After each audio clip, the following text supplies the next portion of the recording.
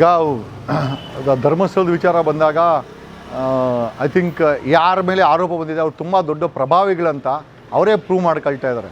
ಒಂದು ಸತಿ ಅರೆಸ್ಟ್ ಆಯಿತು ಅಂತಂದರೆ ಬೇಲ್ ಅನ್ನೋದು ತುಂಬ ಕಷ್ಟ ಆಗುತ್ತೆ. ಈಗ ನೋಡಿ ನಾವು ತುಂಬ ದೊಡ್ಡ ಮಟ್ಟದಲ್ಲಿ ಬೆಳೆದಿರ್ಬಿಟ್ಟು ಆರೋಪ ಬಂದ್ಬಿಟ್ಟು ಅಂತಂದರೆ ಬೇಲ್ ಅಷ್ಟೇ ಕಷ್ಟ ಆಗುತ್ತೆ.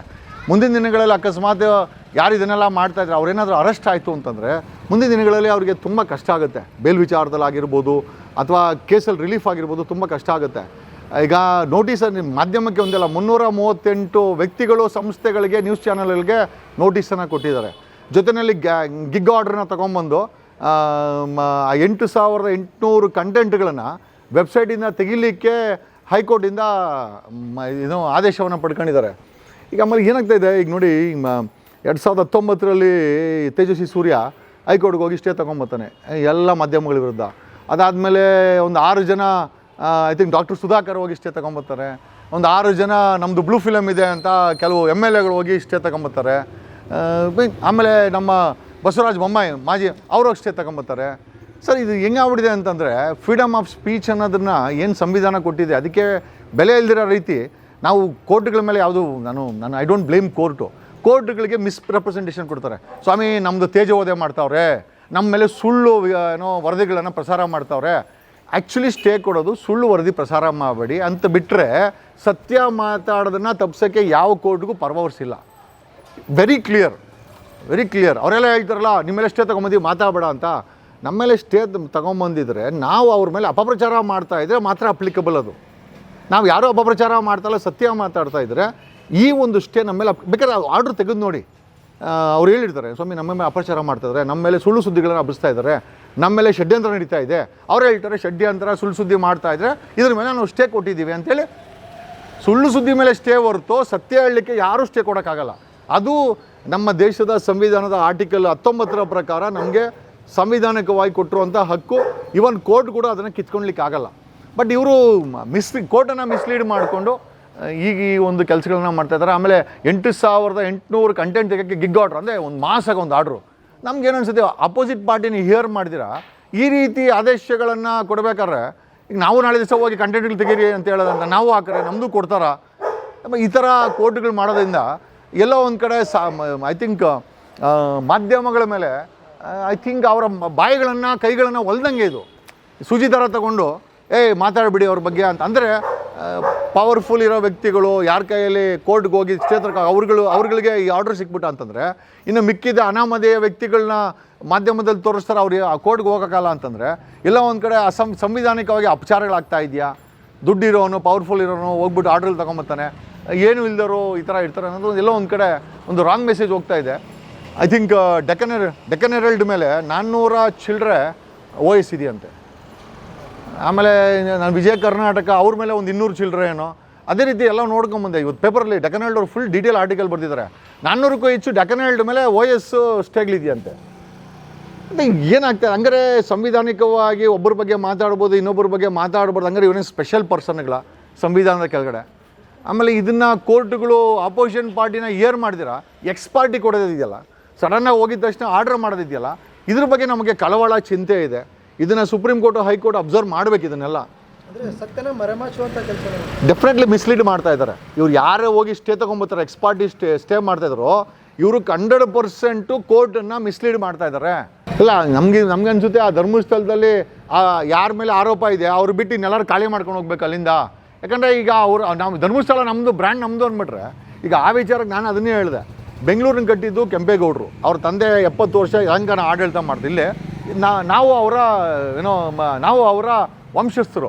ಈಗ ನಾನು ಕೂಡ ನಾಳೆ ಹೋಗಿ OS ಹಾಕ್ಬಿಟ್ಟು ಬೆಂಗಳೂರಿನ ಯಾರು ಬಳಸಬಾರ್ದು, ಬೆಂಗಳೂರು ಬಗ್ಗೆ ಯಾರು ಮಾತಾಡಬಾರ್ದು ಅಂದರೆ ಈ ಕೋರ್ಟ್ ನನಗೆ ಕೊಡಲೇಬೇಕು. ಕೊಡುತ್ತಾ ಅಂತ ನನಗೂ ಒಂದು ಕ್ವಶನ್ ಮಾರ್ಕ್ ಇದೆ. ಬೆಂಗಳೂರನ್ನು ನಾನು ಒಂದು OS ಹಾಕಿ ನಾನು ಕೂಡ ಇನ್ನು ಕೋರ್ಟು ಬಳಸೋದು ಬೇಡ, ಕೋರ್ಟ್ಗಳು ಬಳಸೋದು ಬೇಡ ಅಂತ ಕೋರ್ಟ್ ವಿರುದ್ಧನೂ ತಗೊಂಬಿಡೋಣ ಅಂತ ಪ್ಲ್ಯಾನ್ ಮಾಡ್ತಾಯಿದ್ದೀನಿ. ತಮಾಷೆ ಅಲ್ಲ, ನಿಜವಾಗ್ಲೂ ಈ ರೀತಿ ಕೋರ್ಟ್ಗಳನ್ನು ಮಿಸ್ಲೀಡ್ ಮಾಡಿಕೊಂಡು ಕೋರ್ಟಿನ ಕಾನೂನುಗಳನ್ನು ಕೆಲವರು I think by way of taking injunction ಇದೆಯಲ್ಲ ಸರ್, ಎಲ್ಲೋ ಒಂದು ಕಡೆ ಸಂವಿಧಾನದ ವಾಕ್ ಸ್ವಾತಂತ್ರ್ಯಕ್ಕೆ ಅಪಚಾರ ಮಾಡ್ದಂಗೆ. ನೀವು ಮಾತಾಡಲೇ ಇಲ್ಲ ಅಂತಂದರೆ, ತಪ್ಪಿನ ಮಾತಾಡಲೇ ಇಲ್ಲ ಅಂತಂದರೆ ಅದು ಹೆಂಗೆ ಆಚೆ ಬರ್ತದೆ? ಈಗ SIT ರಚನೆ ಮಾಡಬೇಕಾದ್ರೆ it was CNN, CNBC, CNN, IBN ರಾಷ್ಟ್ರೀಯ ಮಾಧ್ಯಮಗಳು ಎಲ್ಲ ಓಡಿಸ್ತು. ದರ್ ಇಸ್ ಎ ಪ್ಲೇಸ್ ಕಾಲ್ ಕರ್ನಾಟಕ ಅಂತ ಇಂಗ್ಲೀಷ್ ಮಾಧ್ಯಮಗಳು ಎಲ್ಲ ಓಡಿಸ್ತು ಮತ್ತು I think republic TV ಓಡಿಸ್ತು, Aaj Tak ಓಡಿಸಿದ್ರು, ಎಲ್ಲ ಮಾಧ್ಯಮಗಳು ಓಡಿಸ್ತು. ಈಗ ಅವ್ರಿಗೆಲ್ಲರಿಗೂ ನೀವು ಯಾಕೆ ಮತ್ತೆ ರಾಷ್ಟ್ರೀಯ ಮಾಧ್ಯಮಗಳ ಮೇಲೆ ಯಾಕೆ ತರಲಿಲ್ಲ ಅವರು? ಮೀಟ್ರ್ ಇಲ್ವಾ? ಅಲ್ಲ, ರಾಷ್ಟ್ರೀಯ ಮಾಧ್ಯಮಗಳ ಮೇಲೆ CNN ವಿಮೆನ್ ಯಾರನ್ನೂ ಪಾರ್ಟಿ ಮಾಡಿಲ್ಲ ಅವರು. ಎಲ್ಲ ಅಂದರೆ ಒಂದು ಪರ್ಟಿಕ್ಯುಲರ್ ಕನ್ನಡ ಮಾಧ್ಯಮಗಳನ್ನು ಇಲ್ಲಿ ಮಾತಾಡೋರನ್ನ ಬೈಕಟ್ ಹಾಕೋದು, ಅಂತಾರಾಷ್ಟ್ರೀಯ ಮಾಧ್ಯಮಗಳನ್ನು ರಾಷ್ಟ್ರೀಯ ಮಾಧ್ಯಮಗಳನ್ನು ಟಚ್ ಮಾಡಿರೋದು. ಇಲ್ಲಿ ಡಿಸ್ಕ್ರಿಪ್ಷನ್ ನೀವೇ ನೋಡ್ಬೋದು. ಯಾವ ರಾಷ್ಟ್ರೀಯ ಮಾಧ್ಯಮಕ್ಕೂ ಕೂಡ ಇವ್ರು ಪಾರ್ಟಿ ಮಾಡಿಲ್ಲ. ಎಸ್ಪೆಷಲಿ ಯೂಟ್ಯೂಬ್ ಚಾನಲ್ಗಳು ಅಷ್ಟೇ. ಅಂದರೆ ಇವರು ಎಲ್ಲೋ ಒಂದು ಕಡೆ ಯೂಟ್ಯೂಬ್ಗಳು ಹೇಳಿದ ಮಾತು ಕೇಳಲ್ಲ, ಬೇರೆ ಮಾಧ್ಯಮಗಳನ್ನು ಇಂಡೈರೆಕ್ಟಾಗಿ ಕಂಟ್ರೋಲ್ ಇಟ್ಕೊಂಡಾರ ವಿಶ್ವೇಶ್ವರ ಭಟ್ರ ಕೈಯಲ್ಲಿ.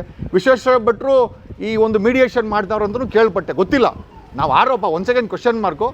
ವಿಶ್ವೇಶ್ವರ ಭಟ್ರು ಈ ಡೀಲನ್ನು ಹ್ಯಾಂಡ್ಲ್ ಮಾಡ್ತಾವ್ರೆ ಅಂತ ನಮಗೆ ಮಾಹಿತಿ ಬಂತು. ವಿಶ್ವೇಶ್ವರ ಭಟ್ರೆ ನಿಜವಾಗ್ಲೂ ಡೀಲ್ ಮಾಡೋಕ್ಕೆ ಹೋಗಬೇಡಿ ಹೆಣ್ಮಕ್ಳ ವಿಚಾರ ಅಂತ ನಾನು ಕೇಳ್ಕೊತೀನಿ.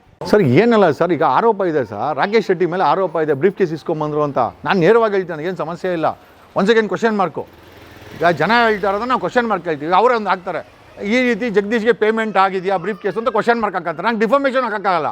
ಈಗ ರಾಕಿ ಮೇಲೂ ಅದನ್ನೇ ಪವರ್ ರಾಕಿ ಮೇಲೆ ಕ್ವಶನ್ ಮಾರ್ಕು ಏನು ಮಾಡಲ್ಲ. ಅಲ್ಲ ಈಗ ನಮಗೆ ಗೊತ್ತಿರೋ ವಿಚಾರ ನೋಡಿ. ನೆನ್ನೆ ನಾನು ಮಾತಾಡಬಾರ್ದು, ಬಟ್ ಸ್ಟಿಲ್ ಮಾತಾಡ್ತೀನಿ. ನೆನ್ನೆ ವಿಶ್ವೇಶ್ವರ ಭಟ್ರು ಒಂದು ಬುಕ್ ಓಪನಿಂಗ್ ಮಾಡ್ತಾರೆ. ಅಲ್ಲಿ ರಿಪಬ್ಲಿಕ್ ಟಿವಿಯ ಎಡಿಟರ್ ಇನ್ ಚೀಫು ಶೋಭಾ ಮೇಡಮ್ ಅವ್ರು ಬರ್ತಾರೆ. ಅವರು ಆಡಿ ಹೊಗಳ್ತಾರೆ, ಯಾರ ಮೇಲೆ ಆರೋಪ ಇದೆಯೋ ಆ ವ್ಯಕ್ತಿನ ಆಡೊಳ್ತಾರೆ. ಅಲ್ಲಿ ದೇವ್ರ ರೀತಿ ಅಲ್ಲಿ ಪ್ರೊಜೆಕ್ಟ್ ಮಾಡೋಕ್ಕೆ ಟ್ರೈ ಮಾಡ್ತಾರೆ. ಆಮೇಲೆ ಈ ಬುಕ್ಕು ಕಾರ್ಯಕ್ರಮವನ್ನು ಒಂದು ಪಬ್ಲಿಸಿಟಿ ಸ್ಟೇಜ್ ಆಗಿ ಅಲ್ಲಿ ಕೆಲವರು ಬಳಸ್ಕೊಳ್ತಾರೆ. ಅಲ್ಲಿ ತೇಜಸ್ವಿ ಸೂರ್ಯ ಇರ್ತಾರೆ, ನಮ್ಮ ಬೆಳ್ಳಿ ಬೊಮ್ಮ ಇರ್ತಾರೆ, ಎಲ್ಲರೂ ಇರ್ತಾರೆ. ಈ ಥರ ಆಗಿಬಿಟ್ರೆ ಈಗ ನಮ್ಮ ಪ್ರಶ್ನೆ ಕೇಳೋದೇನಂತ, ವಿಶ್ವೇಶ್ವರ ಭಟ್ರಿಗೆ ನೈತಿಕವಾಗಿ ನಿಮ್ಮ ಮೇಲೆ ಏನೂ ಜವಾಬ್ದಾರಿ ಇಲ್ವಾ? ಎಲ್ಲವೂ ಬಿಸ್ನೆಸ್ಸೇನಾ?